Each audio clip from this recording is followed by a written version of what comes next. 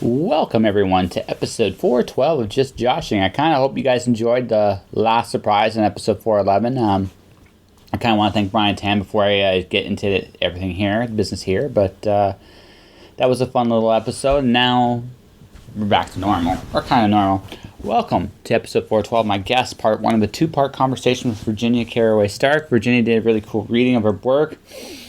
And I gotta warn you guys up front, part one is probably more like COVID therapy than an actual talk. Part two, we get into a lot more cool things. Part one is very much a COVID talk. So if you want to avoid that, this is the one to avoid. But I always love talking to Virginia. Virginia is one of the sweetest. Virginia is a cool person. She's kind of in her own place in the world, and I really dig her free spirit. And every time I've been talking to her since her accident, as the years have gone by, she's gotten into a better and better place mentally. I remember her pre-accident. I remember her post-accident. I just want to say, Virginia, I'm happy to see you're doing better with your life. It's awesome. But anyways, let's just get to the conversation and go from there. This episode of Just Joshing is sponsored by Indie Imprint. Indie Imprint supports creators by creators. Whether you are writing a book or creating a video game, Indie Imprint works with its clients to produce, edit, and present their projects to the world. For more information, check out their website at www.indieimprint.com. So when I do these podcast interviews, I'm usually used to dealing with very nervous people because they don't know what to expect with me, right? So when I do this, I go say something funny, and to me, it's a bit of an intelligence test. Because some people, my favorite answer is something funny. It always makes me laugh my ass off. But I'll see people freeze. I'll see people just talk, and you're like this. I learn something about them right away. I know how quiet they are. I know how shy they are. I know how they answer this question. How human they sound, and also it breaks the ice. That's why I do it like that. Then we get to the real conversation. It's like bang, it's there. They're already a little looser because I've already kind of broken the ice. I asked them the most awkward thing they can deal with. Say something funny. Oh my God, the pressure. No, you could have just said something funny, right? And I'd have been good with that. And some people do. And some people actually, I get some creative stories sometimes too, which I'll pop for that too. Like, it really, everybody's different. And that's the part that makes me go, yeah. And that's why I do it that way. So there you go, guys. Trade secret. That's always why when I ask people I don't know that question, that's why I do it. It's a perfect icebreaker. It's interesting, I've been interviewed by you quite a few times, really. Not a ton of times. But this is your third time. 3 times. Yeah, this is the third time. Yeah. Since you started I was interviewed by you when you first started out, pretty much. Yes. And then kind of middle of the road. Yeah. And then one more time, I'm not sure. And you've really advanced and grown as an interviewer.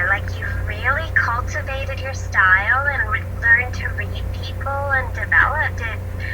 It's pretty cool. I scare people. I do. I scare people because I can usually tell things about people now without really.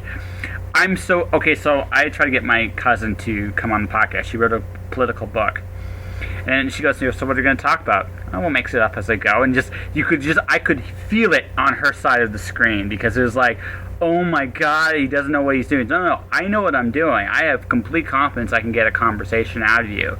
But I'm going to take you out of your comfort zone a little bit because I don't really care about your product. I care about you.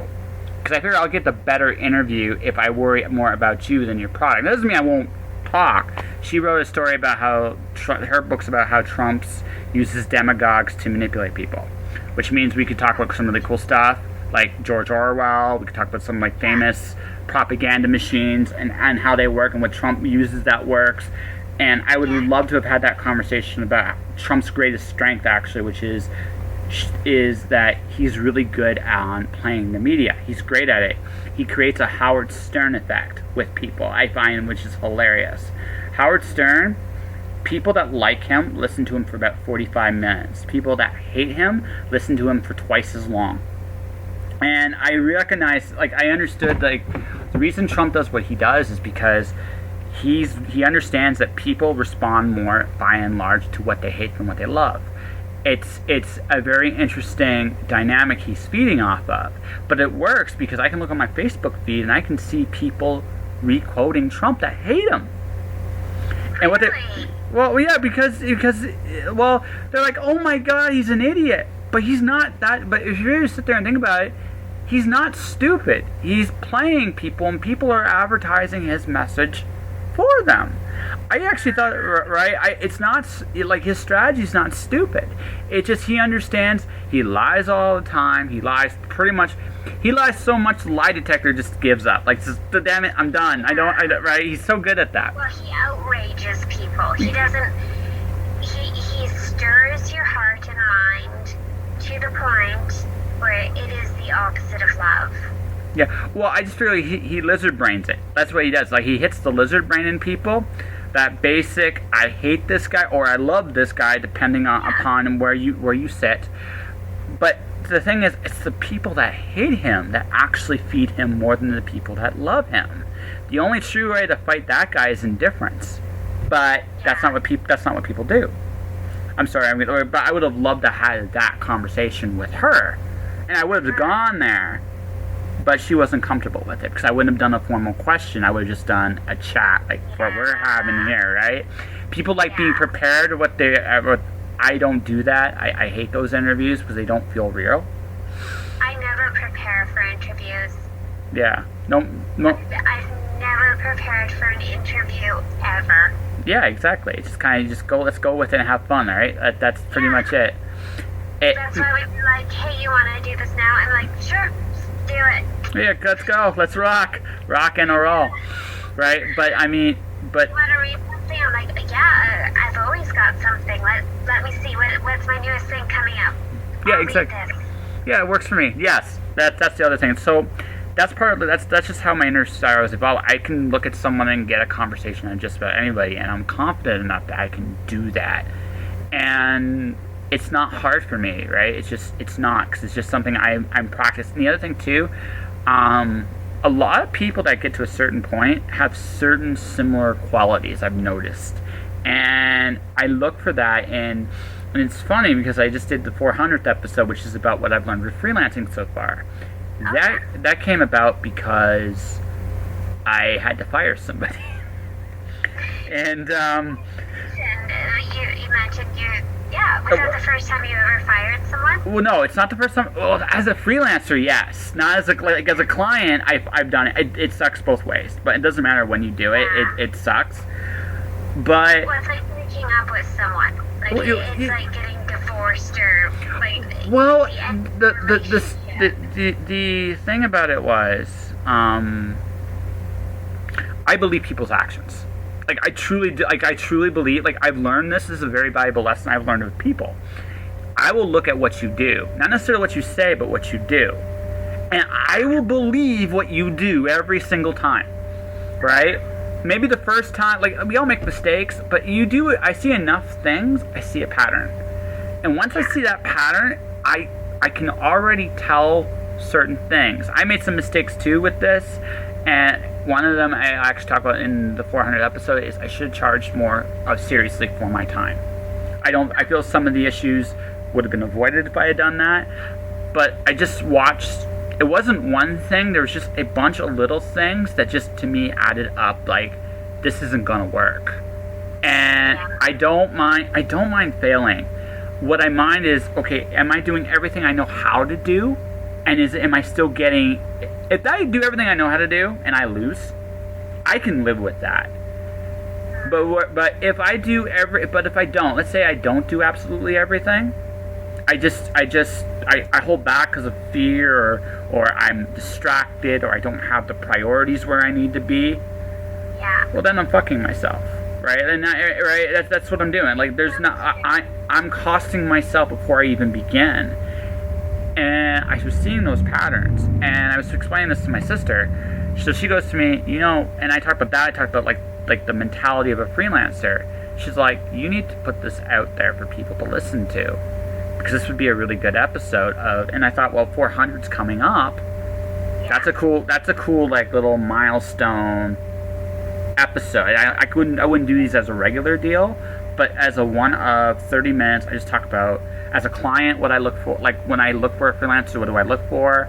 The importance of communication, especially. That applies on both ends, but what I learned as a client especially, that was huge. My mistakes. I've made some huge mistakes. I've lost friendships, just based on my own mistakes. But I've learned. And as a freelancer, what those mistakes have taught me. And I've also just learned how to bail, which sounds like a really terrible thing. Well, no, it's not. I mean, there comes a point where I don't think it's so much failing, is learning when not to throw good money after bad. Yeah. You know, and there's a difference, because, I mean, I've been involved in a lot of very interesting ventures. Like, yes. I've been asked to be a spokesperson for Rwanda.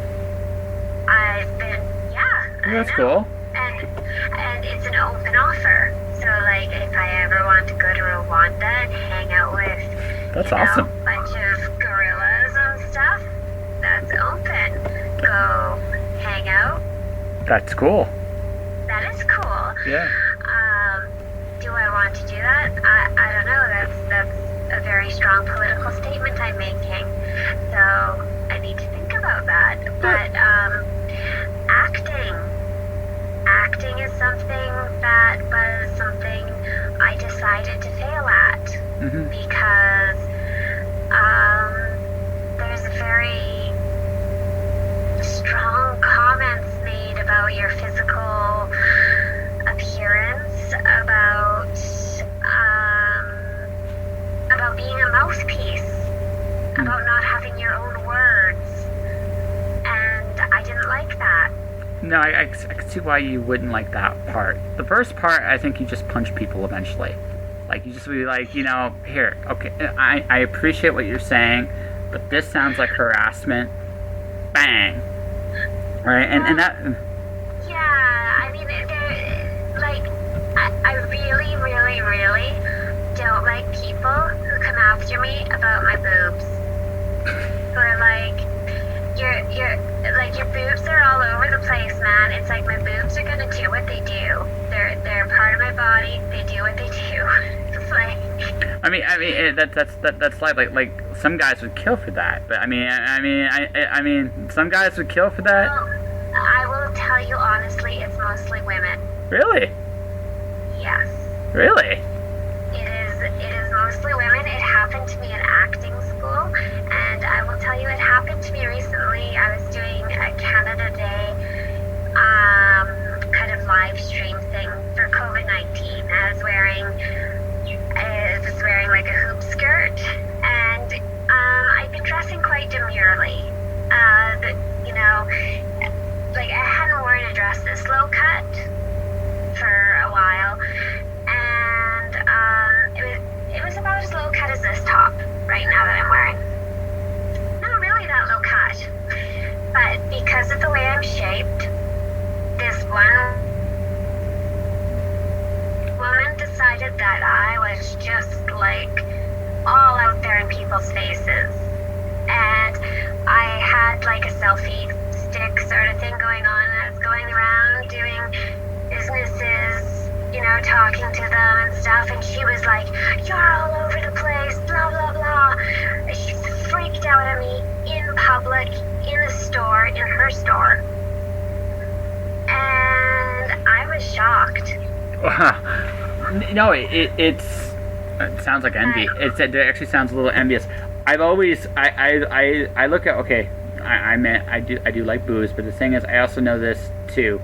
If you're endowed in that spot, it hurts the back quite a bit, especially the people that carry it. I mean, a lot of guys don't think in those terms, but it really does. I mean, it's a lot of weight you're carrying, and it hurts, right? It hurts sometimes. It never bothered me once till I was hit by Yeah. And then I kind of got a boob-lash thing going. She waved her arms in a way. It's like I just I have an image in my head now that I just like, okay, I can't take that back. I can't take that. It's true. It's medical condition called professional term. I'm totally full of shit. There's no medical condition called boob-lash, but It's okay. But I think I had you going there for a minute. No, you didn't. No. You didn't have me going in terms of the medical term. You just the when you said boob-lash, I'm like, okay, how does that, like, the imagery of that? It's just like, okay, it's like, it's just like. It is seriously what happened, because the one vertebrae. Yeah. At my bra line did get squished. Okay. And the rest of my back is fine. And I never had back pain in my entire life up till then. Do you still have do you still have back pain? Yeah, I do. Yeah. But I'm seeing a great chiropractor now. So release the pressure release every so often. Yeah, he's awesome. He's great. He like grabs me, twists me up like a pretzel, sends me home praying for death, and it's awesome. So again, my dad's a naturopath. This is his store, by the way. You're seeing at this end. He plays now with tech more than he plays with health stuff at this point in his life, but he just knows quite a bit about all this stuff. So once when I was a kid, he got exposed to showed a deep tissue massage, right? Oh yeah. That stuff is agony, like pure like in the process. It's like, oh my god! But when it's over. Yeah. Oh my gosh, I'm free, I'm limber. What the heck just happened? I'm wrecked after that. I don't know, maybe they did it wrong on me, but I went in it for once and I was like bruised. Like, I bruise pretty easily though. Like you see how pale I am. I saw it. I even saw a bruise. I've already seen. You got a bruise on your arm. I fell the other. This was after a chiropractor appointment, and he's like realigning everything because this is after the car accident. My hips are actually twisted too. Lovely. And I fell, and I have one here. I have one on my leg. I won't show you, but it's bigger. And yeah, I fell, and you see how big this is, so you get the idea. Yeah.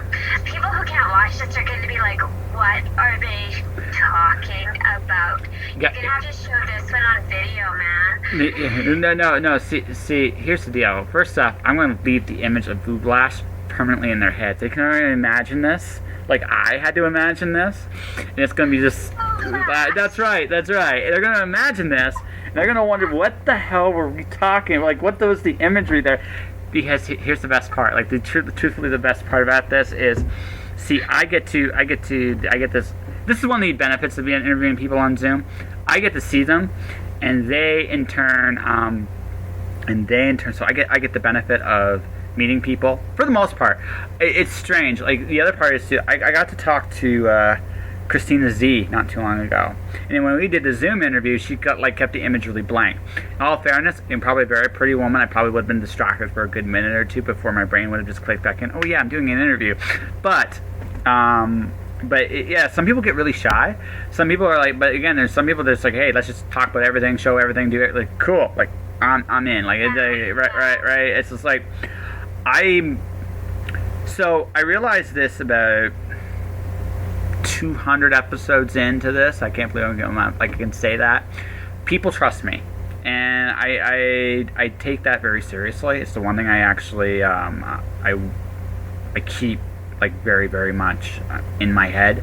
So it's one of those things, like I get access to people in a way very few people do, so I treat that with a lot of respect. So I don't mind teasing people with some of the access I get, but I don't cross that line, because it's just I want people to come back. I like it when people come back. It's kind of a good thing. Yeah. Stable. Okay. Well, let me know if we need to continue this later or if it's good now. But yeah, hopefully it's good for the moment. I'm just gonna treat it like it's good for the moment. Like I said, I wear the face guard. So today I go into a Tim Hortons with that face guard on. And I was told by the customer service guy or the manager that he won't serve me because it's not a mask. And I looked at him and was like, what the hell? Because You're in Ontario, right? yeah. Yeah, because we don't have the mandatory face mask rule here yet. Yeah, well, this is a face, like, it covers the whole face. Like, that's the thing, right? Like, it's essentially a mask. It's not. So I was looking at them. It's like, what? Like, it's better than yours. Like, it's literally better than what your mask is. It's a step up from the little masky. Yeah, I know. I won't serve you without a mask. So I'm actually really tempted to go show up with my actual microphone and go, okay, do that again. I'm ready this time. I'm that kind of asshole. It's a strange time. Like, it's a really, really strange time. And it's really provocative time. Like, I heard a story about people going out with masks with swastikas on them. Lovely. Yeah. Lovely. And, like, masks have just become this political hotspot. And I don't get it. It's like... I have a theory. Would you like to hear it? Yes, I'd love to. I mean... Okay, so it's not about health or science. Ultimately, the problem's credibility. Let me tell you what I mean by that. Okay, so the virus is serious, right? If it's so serious, why are we sending kids back to school? If it's so serious, why is it that liquor stores were open during the time of lockdown? If it's so serious, why is it that we're not even just, why is it only just masks? Why aren't we doing more hazmat stuff? Why aren't we doing and this is, you sit there and then also you hear narratives like 18 months for a vaccine. That's unrealistic. Like, it's unreal. Years. Yeah, but it's an excuse for pharmaceutical companies to experiment on people, and that's what's going on in the United States right now. So you add all this up, and it's not that it's not like Japan. Japan didn't, by the way, have a face mask issue. Like, they didn't have a face mask law. They just basically paid everybody to stay home, right? And so it's not like other countries where it's like, okay, we've been through a pandemic before. Well, this is what you do. This is how you do it. Here, one, we haven't been through one of these in years. That's why we're having kind of the weird meltdown we're having right now over here. Yeah, it's not, right? Never had anything like this. No, the last, just put it this way, the last pandemic we've had, there was Woodstock. Like, Woodstock actually happened in a pandemic. So, I mean, it's not like that, I mean, from, Yeah, so basically, you look at things historically. Our politicians aren't to be trusted, right? I don't care if it's Fossey, I don't care if it's a Canadian doctor. Who are they working for, right? So when you look at it from that perspective, it's a lot easier to be suspicious of masks. It's not like you're not sure what your leader's interests are. And because you're not sure what your leader's interests are, it's not an expertise issue, it's not a science issue, it's just looking at what has come before, and it's looking at the people these scientists are working for. And that's what's undermining the science. It's not the scientists, it's not the knowledge, it's the fact that you have people who they work for. Would you buy a car from Jason Kenney? No. Would you buy a car from Doug Ford? No. So they're the people telling us how to run this pandemic. Yeah. Do you see the problem? Yeah. Yeah, like in BC, we have a situation where, like, the numbers that we're being told are not accurate. Mm-hmm. And I don't know what the situation is in Ontario, but, like, there was kids, like, it was like a soccer game or some sort of game going on, and they stopped the game about a half hour or so in, rounded up the kids, quarantined all the kids because one of them had been exposed to someone who tested positive. But we've been told that who's positive. So, and that's my point. Like, this is, like, here's the problem.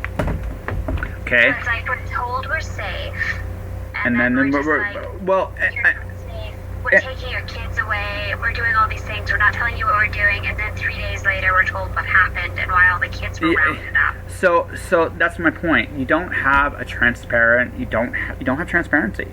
This isn't like this isn't Japan. This isn't Italy. This isn't okay. The only two places that are worse than the United States are possibly Britain and Brazil. Like, just to put this in perspective, right? Canada. So I'm torn. There's a big part of me that thinks that the virus isn't going to be that serious here. Our population's so spread out. Unless you're in Montreal, Vancouver, or Toronto, I'm not sure you're gonna notice too hard. And I'm in Windsor saying this, where Leamington and Kingsville are, and I'm telling you, you don't notice it on the street in Windsor. You just don't. No. Right? You just don't. It's not Detroit, right? So I think unless you're institutionalized, like for people in like any sort of facility, that's where it starts to get scary, because in a lot of different facilities, like for the elder care, that's what killed everybody in Ontario. If you look at our death toll, it was pretty much everybody in those institutions that got it. We have a few, like if you look beyond that, it doesn't really hit. And again, so the ultimate message, and this is the thing, when I hear a narrative like the 18-month thing, I think something's up. I'm suspicious. And also when you're looking at the numbers, okay, tuberculosis kills 1.5 million people a year. Now, again, we don't know, and again, for right now, that's a reason. It's not unreasonable to take precautions. Yeah. But let's say the number comes to about 800,000 worldwide. Okay? That's less than tuberculosis by half. Even if it was 1 million, right? That's still less. And so the number's probably going to be somewhere in there, barring another wave. Now, again, next wave, if there's another wave, it might be worse. And I'm not saying, like, again, caution's good right now. But if you look at it that way, right, and you look at it that way, and then you're looking at the fact that Facebook and YouTube are actually legitimately censoring stuff, whether it's true or not, you've created this environment where you have a lot of things, a lot of certain narratives are being presented as true and others are being presented as false. And now you've created this curiosity about these things being censored. Why are they censored? What is going on? It is completely the wrong way to do that. So when you look at me, I look at the WHO and CDC, I have questions about their ethics. Not because of what they said, but because of what they've let state. Because, again, looking at what's going on in the United States next year, they're going to be testing this vaccine. Even though it's not going to go anywhere. Right? And do you know who Canada is working with to make our vaccine? Yeah. China. Yeah. I know. And they're already testing it on Chinese soldiers. Yes, I know. And and they're already testing it in the Ukraine as well. And how ethical is that? So that's my point. You have, so on the one hand, this is a serious virus. Right? You're right? On the one hand, this is a serious virus. On the other hand, you have leadership who's not being transparent. You have leadership that is letting your kids go back to school. Right? And those masks aren't going to do a damn thing in an enclosed and airborne environment. They're not going to do anything. So, no, they're not going to do anything. Mandatory masks aren't going to say. In fact, at least one particular case will be a penalty. So, you look at it that way. On the one hand, it's very apparent they don't give a shit. On the other hand, right? On the other hand, we're supposed to take this seriously. And that's a contradiction. It's a big. So now you look at the mask. Okay? You look at this and you go to yourself, okay, maybe this is scientifically the right thing. But from an action and ethical standpoint, they're not. What are they doing? Yeah. Does that make sense where I'm coming from on this? No, I get that, and I think too, like, just, I think when you're in a situation where things are weird, like things are ethically ambiguous, to be polite, Mm-hmm.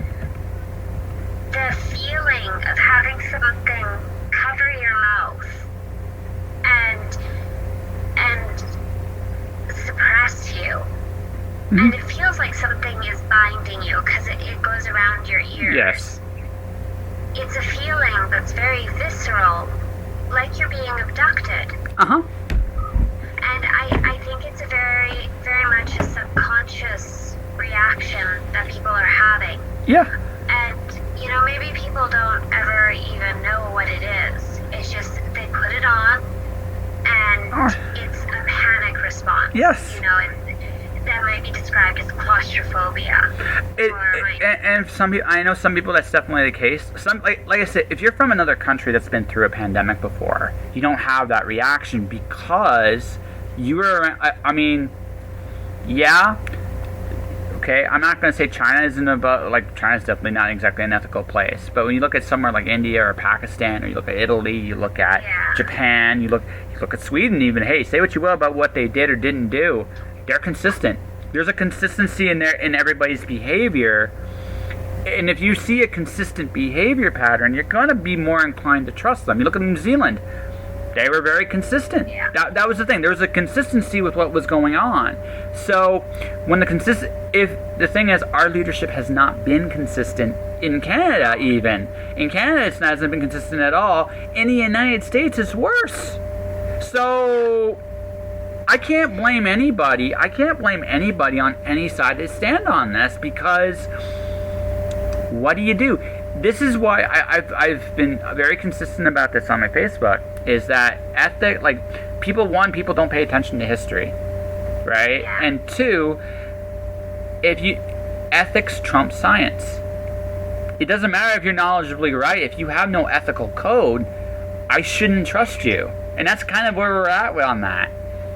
Yeah, there's the gut reaction. Like, I remember very clearly the first time that I went to Britain, and I was driving with my friends from Heathrow Airport, and I saw a cyclist, and they were wearing a mask, and it was from the pollution.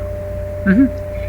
And I said, "Dear God, is it really that polluted here?" And they said, "Oh yeah, lots of people wear masks. And when you stay here for any period of time, you'll blow your nose and you'll get black flecks in the tissue." Mm-hmm. And then I traveled more. I traveled, to places like Japan and China and India where people wear masks all the time. But I never got over that initial horror of the air being so polluted that it's just best Yes. to go out with a mask, that the air is not free. Yeah, no, that's a real thing too, right? The air is poison. Like the air, I mean, that's a really, really frightening thing. And think about the size of Canada. Like, we live in this huge country. We're used to having free, clean air. By and large, Toronto would give you some lessons, but yeah. Yeah. But generally speaking, we're really fortunate. Yeah. So, have that curtailed, and to know the sorts of countries where you're not allowed to breathe the air because it's too dirty. Even if we're changing the dialogue and saying it's about a virus now, it's scary. Yeah, of course. It's very viscerally scary. I think the biggest lie people tell themselves is that the masks have nothing to do with fear. That's not true. It does. It's just, yeah, you might be doing it to help other people. And by the way, that's a good reason to do it.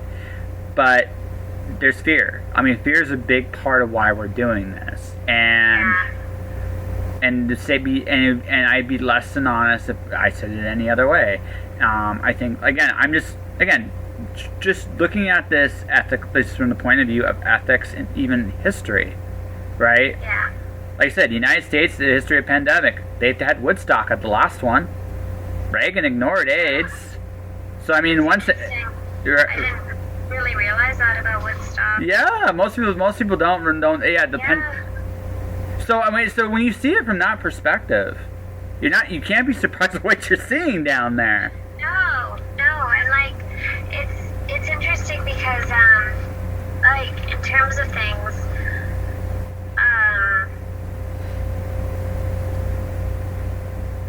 like when we wear the masks, they like there's that old expression, a mask like that it won't stop a cold with a hangover,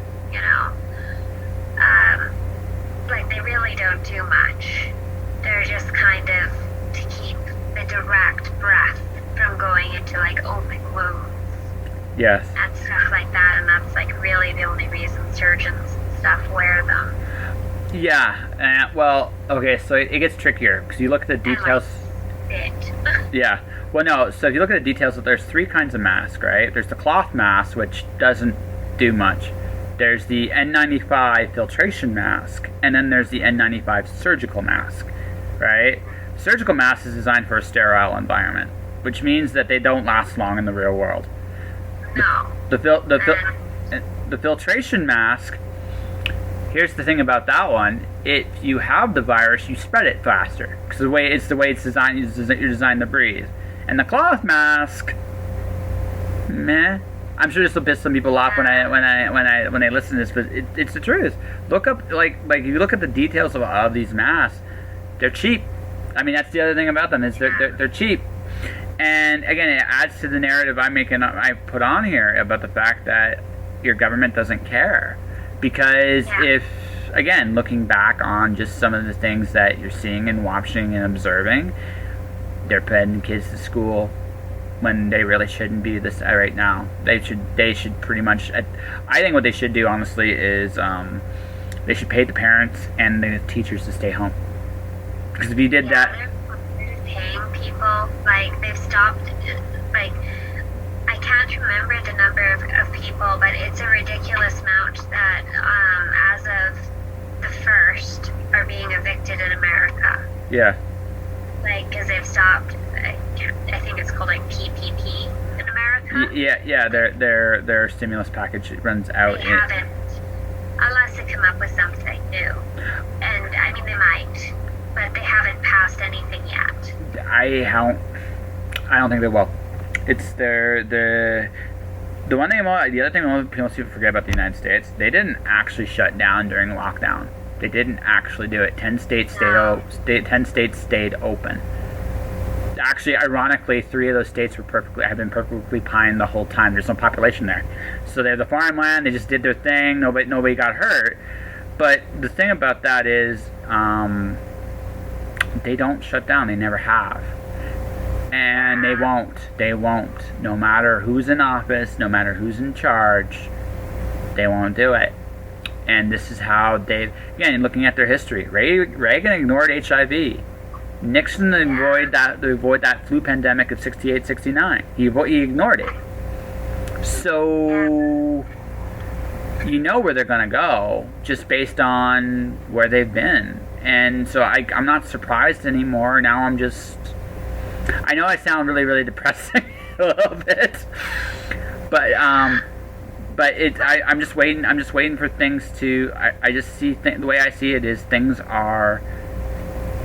Everything has happened has kind of happened before. So watching it now, it's just about waiting it out. Like I know that this time next year we're gonna have to really look at what we're doing, right? Especially if the numbers don't go up. Hopefully they've gone down. But you know what? No. They're gonna have to do something at some point, right? Yeah. Back in March, I ordered Daniel Defoe's Journal of a Plague Year. Yeah. And yeah. And so it's your fault. It's all your fault. No. No, I ordered it after they started locking things down. But yeah, it's been quite a popular book this year for some strange reason. So I started my own 2020 Journal of a Plague Year book, and I was reluctant to at first because my very first thought back in May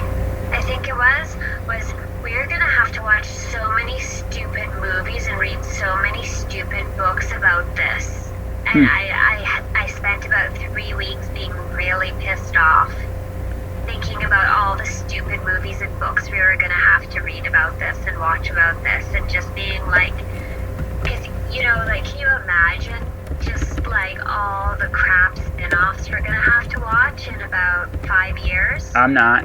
Think about it, though. I know. So, at first I was reluctant to start anything about it, but then after I read Daniel Defoe's, I was like, and he wrote it about 10 years after the actual plague. And it was based, like, he was pretty young during the actual plague years, and he wrote it a lot off of his uncle's writings and stuff like that, and his uncle's journals and stuff. So he knew how it ended. So I'm writing this not knowing how it's going to end, which is an interesting sort of thing to write, and kind of as a therapeutic thing. Like, I ended up writing it more for my own sake than... That's good, though. It sounds like you needed that. I mean, look, it's like more insanity, like when the protests broke out, and then the pandemic spread more, and you could, when you write about it, it's so predictable, and you're like, this is madness. Like, if I was actually writing this as a made-up book, I would be a mad author. But it really is happening, and actually, no, it's weird. Actually, I'm doing a promise tomorrow. I'm actually going to Dollarama. I'm buying some Bristol board and buying some markers, and I'm going to protest the teachers going back and the students going back to school tomorrow. You know, I'm the only one. I may be the only one doing it. It's weird. I mean, it's also weird. Like, everything about this year is weird. Like, ever since March, it just got so weird. Yeah, because everybody is in their. I'm really actually torn with Facebook. Whether actually, I kind of just want to run away from it, but on the other hand, I'm using it to market myself, so it's kind of like, fuck. You know, I've learned to treat Facebook like it's a cross between, I tend it for my friend's sake on it, because I have people on it, you know, like you, who I like. Yes. And I've also learned that if you post something, you know, like the other day I posted like a couple of dogs that were chasing a ball underwater, and they were like, what is it? It's so beautiful. And I had like all these people share it and like it, and it just made their day, because people need something happy so much right now. So that's kind of how I'm using Facebook. I did for the first 3 months of the pandemic. I actually went out to 5 random people each day and said, I appreciate you. Just 5 random people every day. It went. I mean, it was everybody from like Brad Meltzer to just someone I didn't know very well. And it was interesting to see the responses or lack of responses I get to. Some of the people that responded, it's like, dude, this so made my day. Thank you. Other people just, I think, were like, what does he want? I mean, it's just. No, spreading, like, you try to spread happiness. You understand, like, I understood, like, I wrote my first Medium article about a week ago, and the thing I wrote about was the whole idea of masking grief. The other thing about this whole time is for most of us, we're mourning something. This is what we're mourning. There's this illusion of control, especially in North America. We haven't been through anything like this in recent times. So there's always that false sense of control that we just don't really have. And I look at the mask issue. The other part of it too is it's people doing something. If you're an anti-masker, you see the government as an enemy. And as I pointed out earlier, you have some justification for it, and it's easier to fight. Like you said, just there, masking control. Yeah, exactly. You know, like, that's an interesting phrase. Yes. You know, like, I know you're not actually talking about masks there, but. Yeah, exactly. But I mean, it's just like, so you see that. So for them, it's easier to fight that enemy than it is to deal with the tragedy that they don't. Like, the world can be a terrible place, and it's a hard thing. And you look at people who are pro-mask, they're like, well, you're going to do this because it's your duty, and it's this, and you're selfish, which isn't gonna accomplish what they're set out to do. But you understand this too, because it's about reclaiming control. I can do something positive. I can make a difference, and I can ignore the fact that right this minute, that this world, for whatever strange reason, sometimes bad things happen to good people and people you love for no reason. And that's a hard thing for a lot of people to come to terms with. But once you realize that, then your job is really simple. You recognize that while we're not going to be in control for now, but we're not going to be in this position forever either. So what's eventually going to happen is the world will go back on its feet. Life will get living again. People will be doing this. But in the meantime, be kind to each other. Just, be there. Be positive. Work on, inspiring people to be the best they can be. And also just realize the fact that sometimes your attempts to do that will backfire. Right? I've had 2 backfires in the last few weeks. The one today was I put a C.S. Lewis quote up. I thought that was really cool about the atomic bomb. Okay. And then people were... I missed that one. Yeah. And then I saw a reaction, well, the virus is not the bomb. And I put out like a few examples of everything that happens every year with tuberculosis, whopping cough. Well, it's a good analogy. Yeah, it is. I thought it was. I didn't see the quote, but I think that is a pretty good analogy, generally speaking. So I'm not sure. Yeah. I mean, people are oversensitive right now, though. No. It is. I just brought up, and then my counter was, well, there's lots of viruses that are going on even now that are still gonna happen. And like I said, it's a North American thing. We have to. Japan's been through this; they grieved. Singapore's been through this; they've grieved. New Zealand and Australia have experience with this as well; they've grieved. We have to learn how to deal with this. Not rationally might be too strong, but there's a certain stoicism that would do us all good right now. Does that make sense? Yeah, no, I hear that. Yeah. And I mean, like, my fear right now is that there would be a war that breaks out. Like, I don't know if you heard, but there's been mystery seeds sent in the mail. No. And they're seeds sent from China. And all the governments are warning people, do not plant these seeds under any condition. We don't know what they are. But they're sent to America, they're sent to Britain, and they're sent to Canada. And they're analyzing the seeds to find out what they are, because they think it's some sort of bioterrorism. I almost would say who would notice right now. I mean, I almost... It could be incredibly dangerous, and if they deem it bioterrorism, they could go to war. Like, if you look into certain channels, America has been sending missiles at Chinese ships in the China Sea. Lovely. I did not know that. Yes, and these are things that aren't reported on the news, but if you watch particularly American propaganda, like military propaganda, they talk about their victories in the China Sea. Lovely. And these are scary things. Yes. So... because we do not need a war with a nuclear armed nation that's friends with Russia. I mean, that's so not... that's... So do you want to hear the rest of how history repeats itself and where we're going from here? Because I could really depress you if you really, really want. Sure. Yeah. It's a fun night. Yeah. The United States, this crisis... Woodstock. Yeah.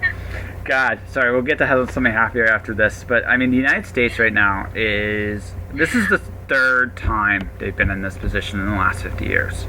The pandemic in 68, the AIDS crisis in the 80s and 90s, and now. They've done the exact same thing all three times. My dad grew up on Perry Street in Detroit, Michigan, which is a black neighborhood. He's a Maltese kid in a black neighborhood. He has told me stories of when during the Civil Rights Movement in 68 and 69, during a pandemic of all things, tanks were going down his street, right? And the fact of the matter is, he had in Detroit was poor even back then. His house was literally paper mache. Him and my uncle were hiding, hoping to God no one would fire, because God only knows what would have been left of the neighborhood if that had happened. Yeah. That was 68. So 87. Reagan and Trump are more similar than different, like scaringly similar than different. Yeah. Yeah. They're best buds. Yeah, or were best buds anyways when Reagan was alive. And Reagan ignored HIV. Reagan got Fossey to work on HIV, and there was a promise of a vaccine in 2 years, in 97, when Clinton had taken over. So you watch that. You come to now, Trump is doing everything they have done before. Like say what you will, he hasn't done anything new. So where are they going? Every time they said that he's the chosen one, which is kind of weird. Yeah, maybe, but we'll get to the thing is, if you look at it, we look at the commonality here. If you look at the from a commonality, the United States has hit this same point in time 3 times in the last 50 years. This is the third time, and Interesting. Right. So this is the second time. The second time's it's been almost a full repeat of 68, but there are elements of 80 and 90 as well. So, including the fact that SARS in there and Ebola for little kind of like previews of, is this going to happen now? Is this going to happen now? SARS actually, I mean, if you look at SARS was more devastating in a shorter period of time. Right. It was. Yeah, it was. There weren't that many people who died. Yeah. I think it was like 800 people or something who died in total. In the United States, yes. Worldwide was a bigger number, but yeah. Was it bigger? Oh, yeah. Yeah. So the thing about this is, the United States has gotten poorer since the 60s. They're a lot poorer since they were in the 60s. They're still very rich, but they're a lot poorer than they used to be. In the 80s, they were poorer than they were in the 60s, and now in the 90s they were poorer than they were in the 80s, and now they're even poorer than they were before. So what you're watching here is this major crisis has shaken a very, very fragile system. So, say the United States pulls through, which I think they're going to, but I as you can see, there's a lot of fractures in the foundation. So in 20 years, when they get there again, what do you think is going to happen? Yeah, and I mean, the only thing that really perks up America is a good war. So, and that's how they get rich again. That usually is, but this time it's a little bit. This time it's interesting because China's up and coming, India's up and coming, Mexico's up and coming, and the United States is declining. And so what's gonna happen? It doesn't matter if the United States beats China. Inevitably, they're going down the path of 1990 Russia. That's where the United States is going. They've been heading in that direction for a long time. I don't know if they have a shot of going there by the end of this, but if they don't get to it this time, they will depressingly, like, if there's another crisis like this, and if they don't change their course, they're going to end up exactly back here again. And that to me, like I said, it's interesting that people want to look at science. I think look at your history, your recent history, and that's where I think it's fascinating. Like when you see that pattern, you're almost not surprised, like where they're doing, where they've done, and where they're going. But I think the next one like this will break them. And whenever. Oh, sorry. Go ahead. Yeah, that's it. Let me help you tell your story. I offer a variety of audio services. I will narrate, I will produce, I will edit, and I will master your file so that it will be ready for Audible and Spotify. And if you don't want me to narrate your story, whether you want to do it or go get someone else, I will help you find the right person for the job. All in all, I just want to help you tell your story. Let me help you. For information on my rates and services, please click the link below in the podcast description, jpantellaresco.wordpress.com, for more details. Nothing like the doom and gloom of the United States to end part one of a conversation. Again, this is my opinion, not necessarily a reality. I'm hoping that, everybody's alive and happy for years and years to come. But what do I know? Like I said, I know less every single time. But yeah, this is some of the thoughts that have been going in my head during this time. I think I've been pretty consistent on the ethical side of things, and that's basically where I've stood the whole time. It's kind of important, I think, to have those kind of things. But anyways, I digress. Thank you for listening to part one of this conversation. I do promise part two is much happier. We do get into really cool topics beyond this, and Virginia is an awesome guest. I always enjoy having her on the show, so part two, I promise, will be happier. And that will do it for this episode. Just Josh, if you want to support the podcast, you can do so in a number of different ways. Subscribe to the podcast. I'm on iTunes, Google Play, Spotify, Stitcher, Deezer, and anything else you can possibly imagine. Click the like, subscribe, share it. If you hate the podcast, that's cool too. Just still share it. That'd be great. Tell people why I suck. But get me out there. That's kind of the goal here. My books, Cloud Divers, available on Amazon. The Al Zero release date will be September 8th, day after Labor Day. It'll be officially released into the world. It's done. I'm not doing anything anymore. Amazon's got it. And yeah, link will be below. My audiobook business, if you want me to help you tell your story, I will happily do that for you. The link is below. Rates are there. Feel free to email me and discuss anything you'd like there. Beyond that, my YouTube channel is Josh Pantellaresco. My Twitter and Instagram is at jpantellaresco. My Facebook page is Joshua Pantellaresco, author podcaster. Stay inspired. Keep doing your thing. And I'll talk to you guys next time. Josh.